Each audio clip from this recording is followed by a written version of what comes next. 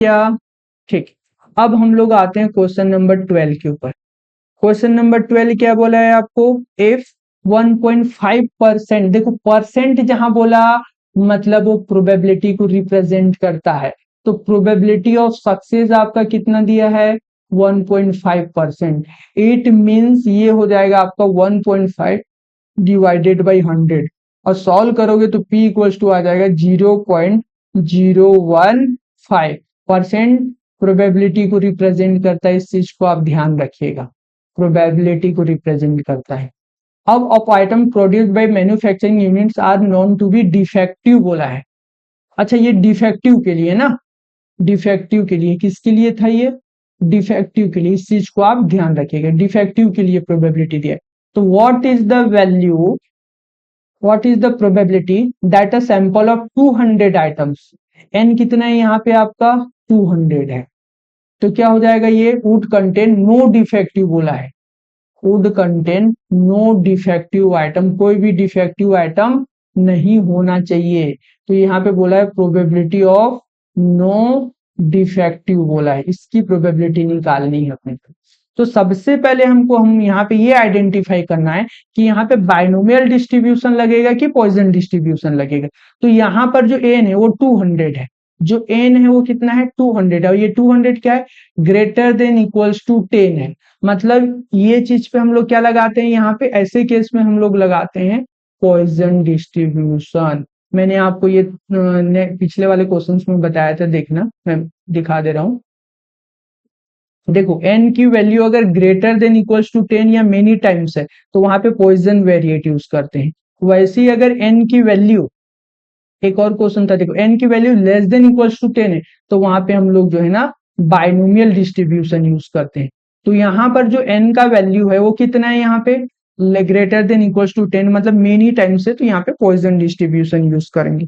और no defective के लिए बोल रहा है, तो कोई भी डिफेक्टिव नहीं होना चाहिए। तो अगर हम लोग डिफेक्टिव का निकाल दें, प्रोबेबिलिटी ऑफ डिफेक्टिव, ठीक है,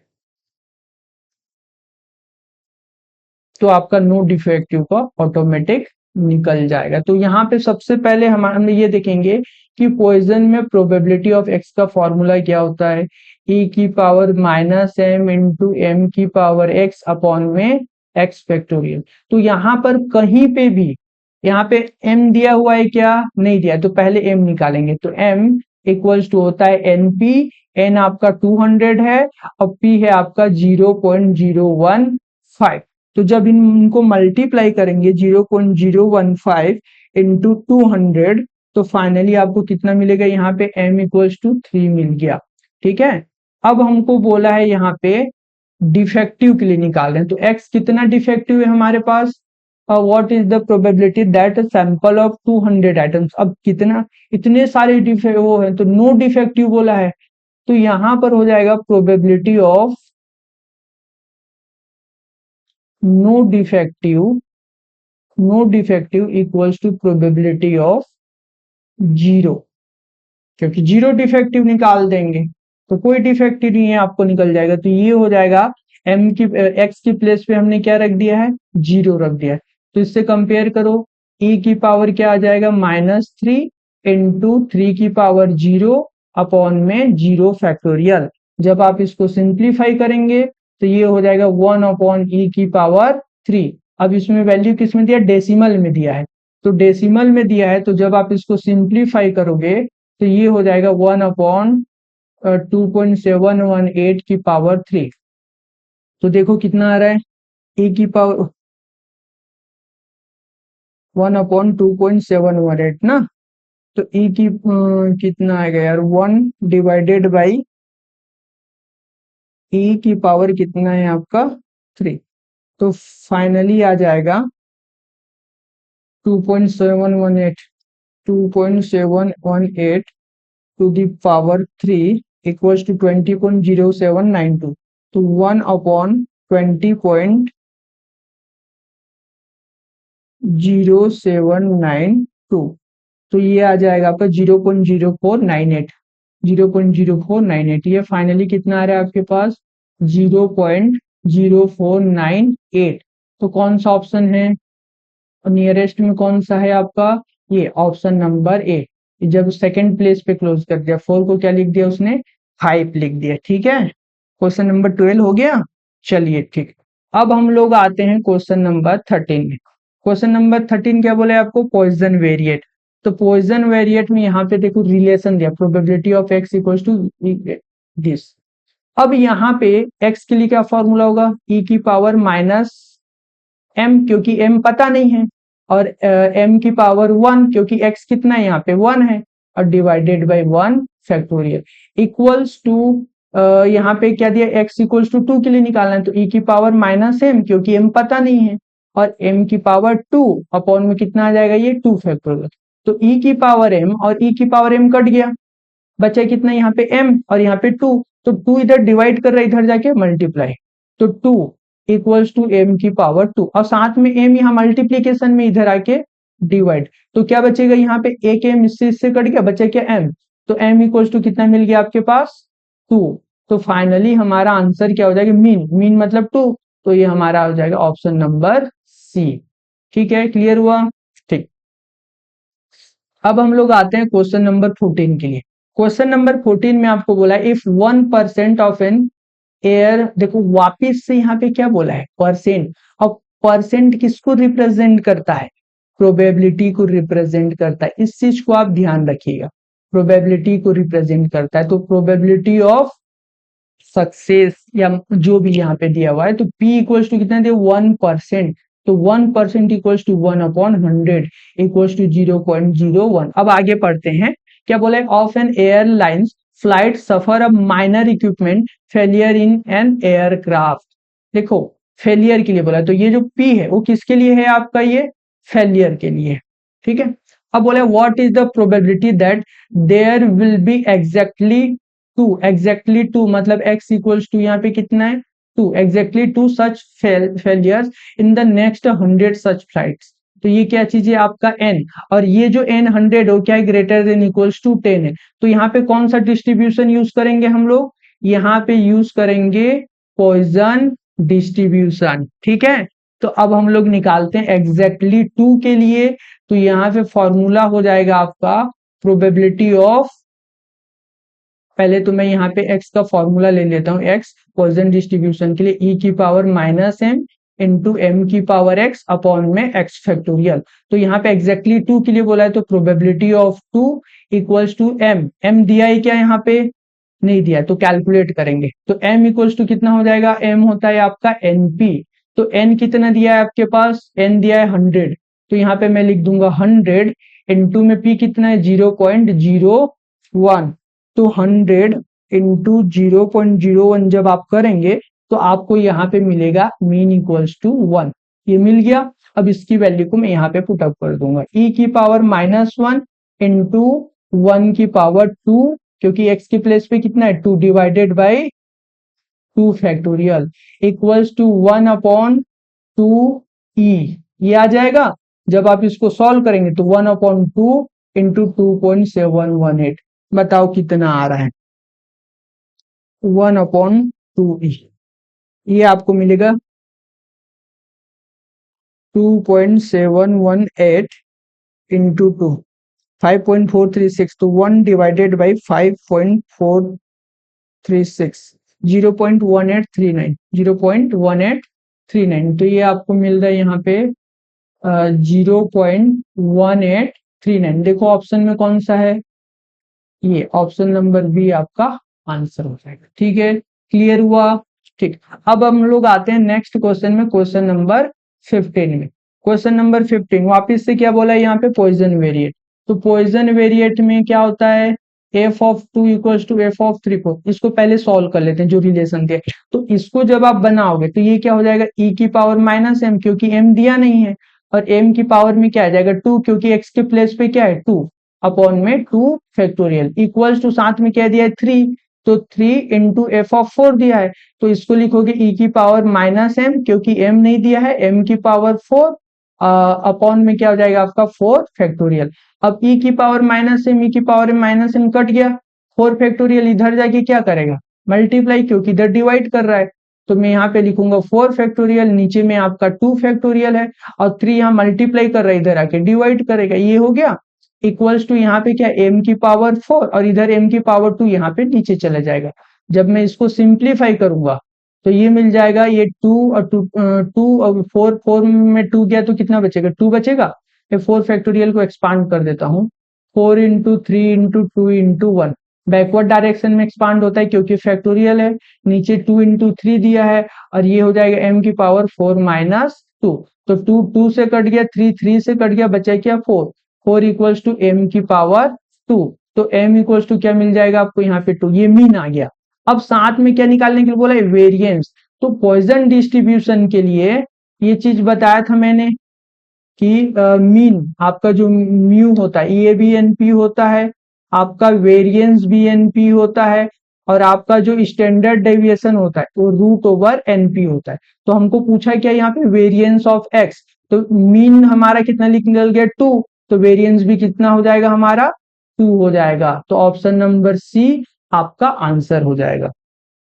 क्लियर हुआ? ठीक, अब आते हैं हम लोग क्वेश्चन नंबर 16 की ओर। 15 तक हमारा सॉल्यूशन हो गया है, अब हम लोग जो है क्वेश्चन नंबर 16 की ओर आते हैं। देखो 16 में क्या दिया हुआ है यहाँ पे, क्वेश्चन नंबर 16,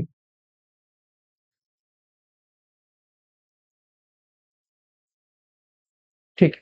अब यहाँ पे क्वेश्चन नंबर 16 बोला what is the coefficient of variation of x, coefficient of variation बोला है, मतलब यहाँ पे हमको सीवी निकालने के लिए बोला है। सीवी का फॉर्मूला क्या होता है, S D upon A M into में 100, ये होता है, ये चीज ध्यान में। तो by the following probability density function, देखो डेंसिटी फंक्शन किसके लिए यूज होता है, नॉर्मल डिस्ट्रीब्यूशन के लिए यूज होता है। और नॉर्मल डिस्ट्रीब्यूशन में फॉर्मूला क्या होता है, नॉर्मल डिस्ट्रीब्यूशन, प्रोबेबिलिटी का जो नॉर्मल डिस्ट्रीब्यूशन है, थ्योरेटिकल डिस्ट्रीब्यूशन का थर्ड पार्ट जो कंटिन्यूअस होता है, तो उसके लिए डेंसिटी फंक्शन का फॉर्मूला क्या होता है, 1 अपॉन क्या होगा ये सिग्मा रूट 2 पाई और साथ में होता है e की power minus x minus mu का whole square upon 2 sigma square. ठीक है, ये चीज होता है यहाँ पे। अब इसको आप ध्यान से देखिए, इसमें कंपैरिजन कीजिए किससे मिल रहा है आंसर और किससे आंसर नहीं मिल रहा है, इसमें क्या क्या दिया हुआ है और क्या क्या नहीं दिया हुआ है, इस चीज को आप ध्यान से देखिए। जब आप इसको देखेंगे तो आपको पता चलेगा सिग्मा कितना है वहां पे और वहां पर जो है ना वेरिएबल कितना दिया हुआ है, ये चीज आपको बताएगा वहां पे। ठीक, तो यहाँ पे आप ध्यान दीजिए, चलो चलिए ठीक है हम ही कंपेयर कर लेते हैं, अब आपसे आप नहीं कर रहे हो तो देखो यहाँ पर ध्यान दो, यहाँ पर √2 पाई, यहाँ भी √2 पाई है, ठीक है, यहाँ पर क्या है 4 या यहाँ पर क्या है सिग्मा, तो यहाँ पे हमको एक चीज मिला यहाँ से कि सिग्मा इक्वल्स टू 4, ये आ गया। अब यहाँ पे चलो देखो, यहाँ पे दिया हुआ है x-10 और यहाँ पर x माइनस म्यू, तो म्यू के प्लेस पे क्या है 10 है, तो म्यू इक्वल्स टू कितना मिल गया आपको, ये म्यू का मतलब 10, और म्यू ही क्या होता है आपका मीन होता है। तो अब हमारा काम हो गया जी, हमको सीवी चाहिए, तो हम लोग सीवी के लिए क्या करेंगे, ये जो एच डी है इसके प्लेस पे रखेंगे 4 क्योंकि हमको ये एच डी पता चल गया। अब मीन दिया हुआ है 10, तो डिवाइडेड बाय 10 इंटू में 100, तो ये 0 0 इससे कट गया, बचे कितना 40, तो ये हो जाएगा आपका 40%, ऑप्शन नंबर सी। क्लियर हुआ क्या, समझ में आया क्या? ठीक है, अब हम लोग नेक्स्ट क्वेश्चन की ओर मूव करते हैं। क्वेश्चन नंबर 17, इसमें बोला है what is the first quartile of x having the following probability density functions. First quartile की बात कर रहा है, तो यहाँ पे जो है फर्स्ट क्वार्टाइल क्या होगा आपका, ये आपको ध्यान में रखना है। तो मैंने आपको प्रोबेबिलिटी डेंसिटी फंक्शंस जो देख लो इधर, जैसे ये आपका ये हो गया, ठीक है, नॉर्मल डिस्ट्रीब्यूशन के लिए होता है, तो यहाँ पे ये वाला जो टर्म होता है ये म्यू के लिए होता है, और ये जो होता है आपका म्यू माइनस सिग्मा होता है, और ये जो होता है आपका म्यू प्लस सिग्मा होता है। इसको बोलते हैं, इन दोनों को हम लोग बोलते हैं इन्फ्लेक्शन पॉइंट। क्या बोलते हैं इन दोनों को हम लोग, इन्फ्लेक्शन इन्फ्लेक्शन पॉइंट बोलते हैं इन दोनों को, ठीक है। और Q1 होता है यहाँ पे, Q1 फर्स्ट क्वार्टाइल होता है आपका, ये वाला टर्म को हम लोग, ये हमारा Q1 के और ये हमारा Q2 का, सॉरी Q3 का, क्योंकि मीन इन बीच में आ जाए, तो Q1 इक्वल्स टू हो जाएगा आपका म्यू माइनस 0.675 सिग्मा, ये यूज करते हैं। तो यहाँ पर इस फॉर्मूले को पूछा है, अगर हमको बोलता है कि ये Q3 क्या हो रहा है, तो Q3 का फॉर्मूला हो जाता है, यहाँ पे मैं लिख दे रहा हूँ, Q3 इक्वल्स टू हो जाता है यहाँ पे म्यू प्लस 0.675 सिग्मा, ये दो चीजें होता है स्टैंडर्ड डेविएशन के लिए, Q1 और Q3 फर्स्ट क्वार्टाइल और ये आपका थर्ड क्वार्टाइल के लिए हो जाता है, ठीक है। इन दोनों को इन्फ्लेक्शन पॉइंट बोलते हैं, ठीक। अब यहाँ पे आप आइए तो कंपैरिजन कीजिए, जैसे मैंने आपको फॉर्मूला बताया था पहले कि आपका इसमें प्रोबेबिलिटी डेंसिटी फंक्शन का फॉर्मूला होता है F of x equals to 1 sigma root 2 pi और ई की power minus x minus mu का स्क्वायर अपॉन में क्या होता है 2 सिग्मा का स्क्वायर। तो जब आप इससे कंपेयर करेंगे तो इधर देखिए x की प्लेस पे x है और ये 10 किसके प्लेस पे, म्यू के प्लेस पे, तो म्यू कितना मिल गया अपने को, म्यू मिल गया 10। अब यहाँ पर देखिए ये 2 सिग्मा स्क्वायर किसके इक्वल है, 72 इक्वल है, तो मैं यहाँ पे ये कर लू 2 सिग्मा का स्क्वायर इक्वल टू 72, और 2 इधर मल्टीप्लाई कर रहा है तो इधर जाके डिवाइड करेगा, तो सिग्मा का square equal to 72 divided by 2 equals to कितना आएगा 36, तो सिग्मा स्क्वायर इक्वल 36, तो सिग्मा इक्वल्स टू कितना आएगा 6, जिसको हम लोग बोलते हैं स्टैंडर्ड डेविएशन। अब म्यू मिल गया, सिग्मा मिल गया, तो निकाल लो, Q1 पूछा है आपको, तो म्यू की प्लेस पे रखोगे 10 माइनस 0.675 इंटू में सिग्मा कितना अपने पास 6, तो जब आप इसको सिंप्लीफाई करेंगे तो ये हो जाएगी 0.675 इंटू 6, 4.05 माइनस 10, तो आपको मिलेगा 5.95, फाइनली यहां से आपको मिलेगा 5.95, तो ऑप्शन नंबर सी आपका आंसर हो जाएगा। क्लियर है, समझ में आया क्या, ठीक। अब आते हैं क्वेश्चन नंबर 18 में। क्वेश्चन नंबर 18 बोला है कि 2 quartiles and mu sigma square, देखो वापिस से क्वार्टाइल्स 2 क्वार्टाइल्स बोल रहा है, और जैसे मैंने आपको बताया था कि बाइनोमियल के लिए जो डिस्ट्रीब्यूशन होता है, बाइनोमियल का जिस डिस्ट्रीब्यूशन होता है, बाइनोमियल का मैं यहाँ पे हाँ लिख देता हूँ, बाइनोमियल इक्वल्स टू होता है बी एन पी होता है, और वैसे ही पॉइजन डिस्ट्रीब्यूशन का नोटेशन होता है आपका पी एम होता है, वैसे ही यहाँ पे नॉर्मल डिस्ट्रीब्यूशन का नोटेशन जो होता है वो N, N for normal distribution, ये होता है म्यू और सिग्मा का स्क्वायर, तीनों में से देखो या तो नेमिंग कर देगा या फिर इस नोटेशंस में दे देगा, तो वो क्या दिया हुआ है, इस नोटेशंस में दिया है, तो quartiles of N mu sigma square, मतलब ये कौन सा डिस्ट्रीब्यूशन है आपका, नॉर्मल डिस्ट्रीब्यूशन। अब उसमें क्या बोला हुआ है, 2 क्वार्टाइल्स 14.6 और 25.4, तो मैंने आपको ये पिछले क्वेश्चन बताया था, Q1 इक्वल्स टू ये होता है, Q2 Q3 इक्वल्स टू ये होता है, तो जब आप सिंप्लीफाई करोगे तो यहां पर मिलेगा आपको Q1 equals to mu minus 0.675 sigma, और म्यू की वैल्यू कितनी दी हुई है आपको यहाँ पे 14.6, और Q3 इक्वल्स टू होता है म्यू प्लस 0.675 सिग्मा, और Q3 की वैल्यू यहाँ पे कितनी दी हुई है 25, कैसे पता चले, यहाँ के 2 क्वार्टाइल्स बोला है, तो यहाँ पे लिखेंगे 25.6, ये हो गया। अब जब हम इस दोनों इक्वेशंस को ऐड कर देंगे, इन दोनों को हम लोग क्या करेंगे, ऐड कर देंगे, ठीक है। जब ऐड करेंगे तो ये प्लस में है माइनस में, दोनों सेम में कट जाएगा, बचा क्या 2 म्यू, तो 2 म्यू इक्वल्स टू आया आपका 25.6 प्लस 14.6, फाइनली आ गया आपके पास आंसर।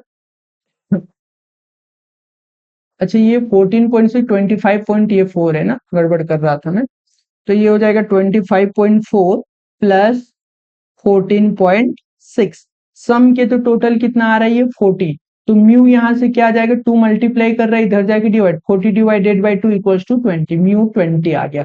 हमको क्वेश्चन में क्या पूछा हुआ है, स्टैंडर्ड डेविएशन, तो इस म्यू की वैल्यू को मैं इस इक्वेशन में रख देता हूं, मैं सेकेंड इक्वेशन को फॉलो करता हूं, तो कितना दिया 25.4 इक्वल्स टू म्यू दिया है 20 प्लस 0.675 सिग्मा। तो ये 20 प्लस में इधर जाके माइनस, तो 25.4 माइनस 20 इक्वल्स टू मिलेगा 0.675 सिग्मा। जब आप इसको सिंप्लीफाई करेंगे 25.4 माइनस 20 तो आपको मिलेगा 5.4 और ये टर्म यहाँ पे मल्टीप्लाई कर रहा है तो इधर आके डिवाइड 0.675 इक्वल्स टू कितना मिलेगा आपको सिग्मा। तो 5.4 डिवाइडेड बाई 0.675 इक्वल्स टू कितना आ गया सिग्मा इक्वल्स टू 8 सॉरी। तो ऑप्शन नंबर डी जो है आपका आंसर हो जाएगा। ठीक है, क्लियर हुआ, समझ में आया क्या? ठीक, अब हम लोग आगे बढ़ते हैं नेक्स्ट क्वेश्चन की ओर। क्वेश्चन नंबर 19, इसमें बोला if the mean deviation of a normal variable is 16। देखो नॉर्मल वेरिएबल बोला है, तो नॉर्मल वेरिएबल में मीन डेविएशन का फॉर्मूला क्या होता है?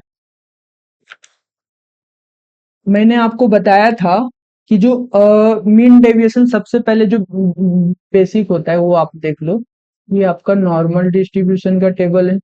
यहाँ पे आपका मीन डेविएशन आपका होता है 2/3 ऑफ 4/5 होता है, सॉरी 4/5 ऑफ स्टैंडर्ड डेविएशन भी होता है। तो जब आप इसको सिंप्लीफाई करेंगे तब आपको ये मिलेगा 0.8 सिग्मा मिलेगा। जब आपका इसको सिंप्लीफाई करेंगे तो ये मिलेगा 0.8 सिग्मा और ये मीन डेविएशन हमारा कितना दिया 16 दिया हुआ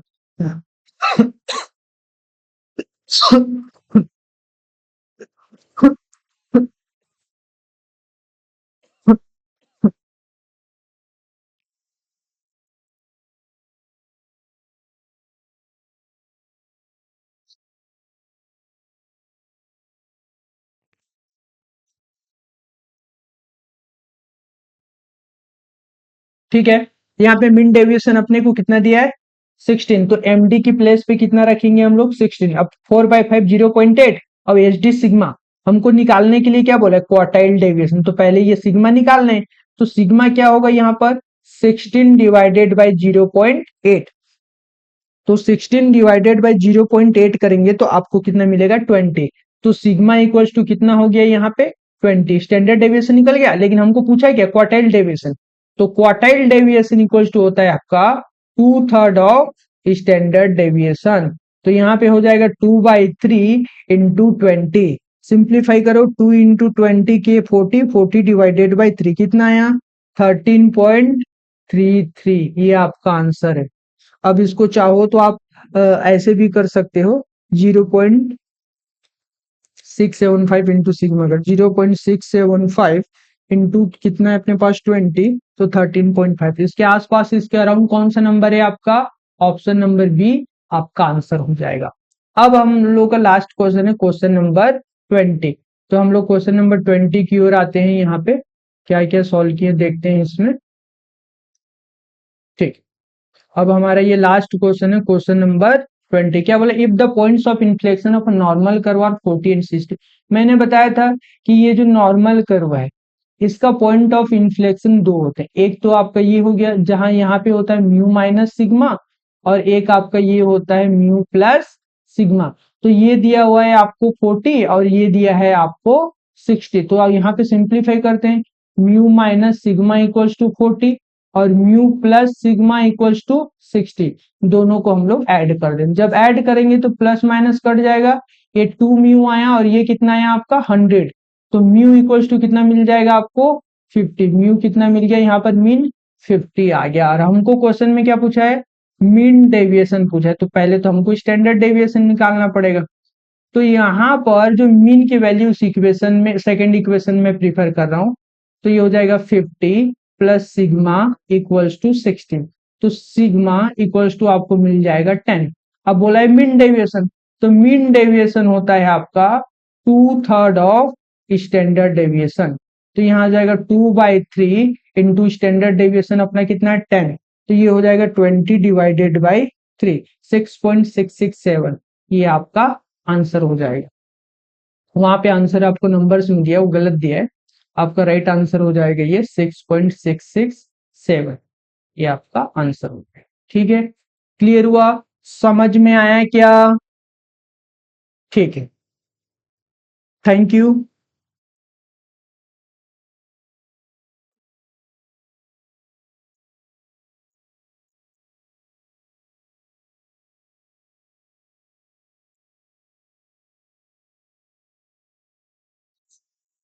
अच्छा, इसमें कुछ क्वेश्चंस और हैं, इसको भी अभी आप देख लीजिए। इसमें आपका क्वेश्चन नंबर 21, क्वेश्चन नंबर 21 क्या बोला, if the quartile deviation of a normal curve is 4.05, it's mean deviation निकालना। अभी मैंने थोड़े देर पहले आपको बताया, रिलेशन बताया था कि जो क्वार्टाइल डेविएशन होता है आपका, वो होता है 2/3 ऑफ स्टैंडर्ड डेविएशन। तो क्वार्टाइल डेविएशन अपने को कितना दिया हुआ है, 4.05, तो मैं यहाँ पे रखूंगा 4.05 equals to 2/3 into H D. तो यहां से जब सॉल्व करूं, 3 इधर डिवाइड कर रहा है, इधर जाके मल्टीप्लाई, तो 4.05 into 3 divided by 2 equals to, यहां से क्या मिलेगा आपको, स्टैंडर्ड डेविएशन। तो स्टैंडर्ड डेविएशन इक्वल्स टू हो जाएगा यहाँ पे आपका 4.05, 4.05 इंटू 3 डिवाइडेड बाई 2, फाइनली आ गया 6.075, 6.075। अब पूछा गया मीन डेविएशन, तो मीन डेविएशन का फॉर्मूला होता है आपका 4/5 ऑफ सिग्मा, मतलब स्टैंडर्ड डेविएशन। तो 4/5 इंटू सिग्मा दिया 6.075। जब आप इसको सिंप्लीफाई करेंगे इंटू 4, जितना भी आएगा उसको 5 से डिवाइड करेंगे तो आपको मिलेगा 4.86, 4.86। तो इसके अराउंड कौन सा नंबर है, 4.86। देखो अब 4.8 में अगर आप कितना माइनस करोगे, 86 बोला है ना, 0.06 माइनस करोगे तो ये आएगा, और इसमें 0.6 माइनस करोगे तो ये आएगा। कौन ज्यादा नियरेस्ट है, ये, तो ऑप्शन नंबर डी आपका आंसर हो जाएगा। अब आते हैं क्वेश्चन नंबर 22। क्वेश्चन नंबर 22 में क्या बोला है, if its first quartile and mean deviation about median of a normal distribution are this. आपको पहले तो ये पता होना चाहिए कि नॉर्मल डिस्ट्रीब्यूशन में इस पॉइंट पे आपका mean, median equals to mode तीनों सेम होते हैं। तो यहाँ पर अबाउट मीडियन जो बोला है तो उससे कुछ फर्क नहीं पड़ेगा, उसको अबाउट आप मीन ही समझ सकते हो। तो नॉर्मल डिस्ट्रीब्यूशन फर्स्ट क्या बोला है, फर्स्ट क्वार्टाइल बोला है, और फर्स्ट डाटा क्या दिया 13.25। तो हमारे पास Q1 इक्वल्स टू दिया है 13.25, और सेकंड डाटा क्या बोला है, मीन डेविएशन, और उसमें दिया कि 8। तो यहाँ पर जो है आपका MD mean deviation equals to दिया हुआ है, यहाँ पे 8 दिया हुआ है। ठीक है, तो मोड आपको निकालना है, क्या निकालना है, मोड। अब मोड किसके इक्वल होता है, यहाँ पर मीन के इक्वल होता है। तो अगर हम लोग मीन निकाल लें तो क्या हो जाएगा, मोड के इक्वल हो जाएगा। ठीक, तो हम लोग सबसे पहले Q1 देखते हैं। Q1 का फॉर्मूला होता है Q1 equals to mu minus 0.675 sigma. तो ये दिया 13.25 इक्वल्स टू म्यू माइनस 0.675 अब सिग्मा। अब यहाँ पे तो दो अननोन, इससे सॉल्व नहीं होगा, तो पहले हम लोग एमडी को प्रीफर करेंगे। MD equals to mean deviation equals to होता है आपका 4/5 ऑफ स्टैंडर्ड डेविएशन। तो ये 8 दिया है, तो 8 इक्वल्स टू 4/5 इंटू सिग्मा। तो ये सिग्मा इक्वल्स टू क्या हो जाएगा आपका 8 इंटू 5 डिवाइडेड बाई 4। तो 4 1 जा 4 2 जा, क्या मिला आपको 10, सिग्मा 10 आ गया, तो यहाँ पे रख देंगे। तो ये हो जाएगा म्यू माइनस 0.675 इंटू 10, और इधर कितना है आपका 13.25। तो म्यू इक्वल्स टू क्या मिलेगा यहां से आपको, इसको चलो ठीक है मैं यहां पे बता देता हूं। तो म्यू इक्वल्स टू मिलेगा आपको 13.25, और साथ में कहते 0.675 इंटू 10 जब आप करेंगे तो आपको मिलेगा 6.75। तो माइनस 6.75, फाइनली आपको मिलेगा आंसर आपका 6.5। म्यू कितना मिल गया आपको,